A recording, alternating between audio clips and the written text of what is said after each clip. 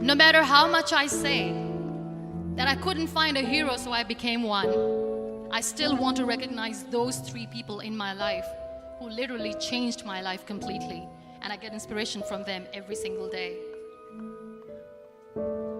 Waleed Khan. Many people know about the terrorist attacks in Pakistan. We have lost many people. And I'm sharing this with a very heavy heart because we actually have lost a lot of people in this huge turmoil of terrorism. These people are barbarians. They do not see people. They're even worse than animals.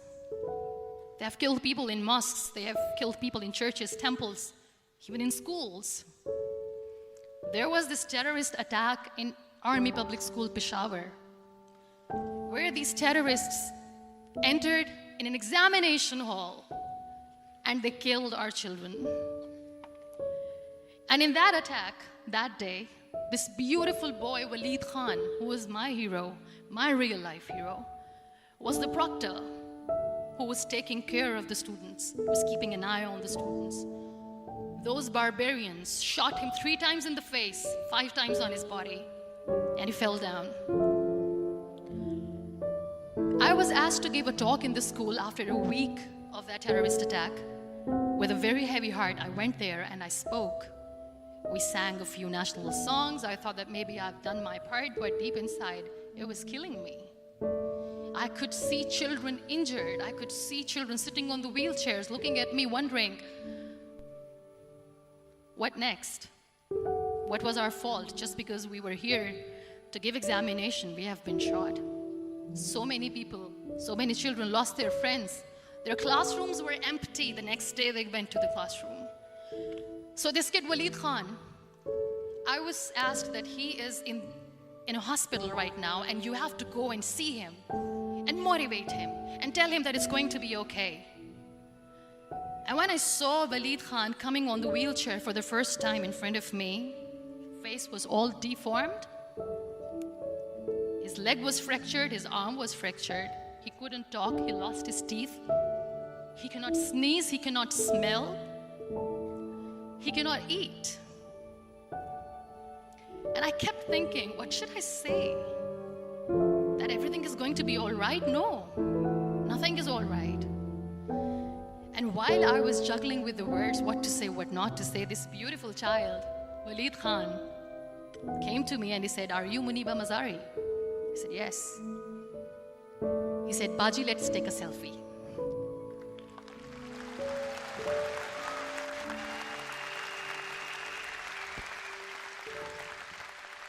And with that beautiful, toothless smile of Waleed Khan, we took that beautiful selfie that I still have with me. I don't share that here because he was in a very bad shape that time. And that is where I realized that when I was thinking too much about his deformities, he's happy with himself. He doesn't even care.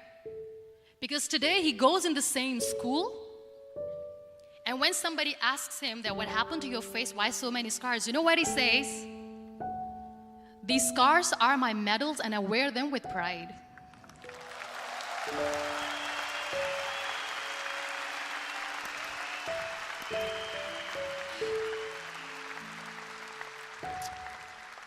And how beautifully he says the terrorists wanted me not to study. I am going to study. I will become a doctor one day. And this is my way of taking revenge from those terrorists. Another real-life hero, of course, my son. His name is Nile, N-I-L-E, River Nile.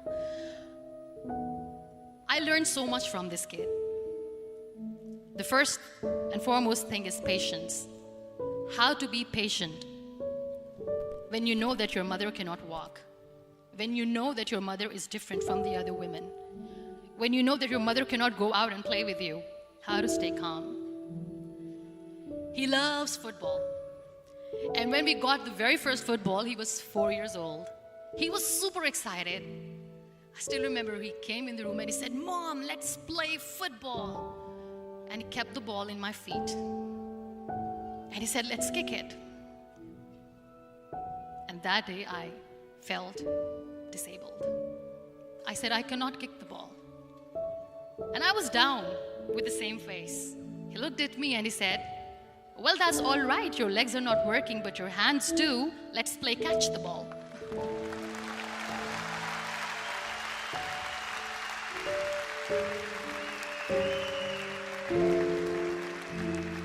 You know what? That day he made me realize that when you think your glass is half empty, come on, your glass is half full. It's all in here and here. Last but not least, the woman who made me realize that heroes have no gender. The woman who believed in me even when I was completely at the verge of despair, where everybody left, she was there.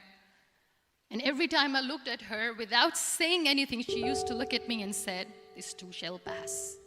God has a bigger plan. And one day you will say that, oh my God, that is why God has chosen me.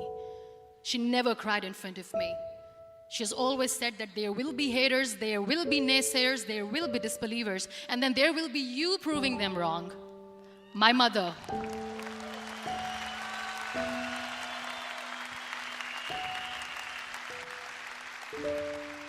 Whatever I am today, I'm nothing without her. I'm nothing without her.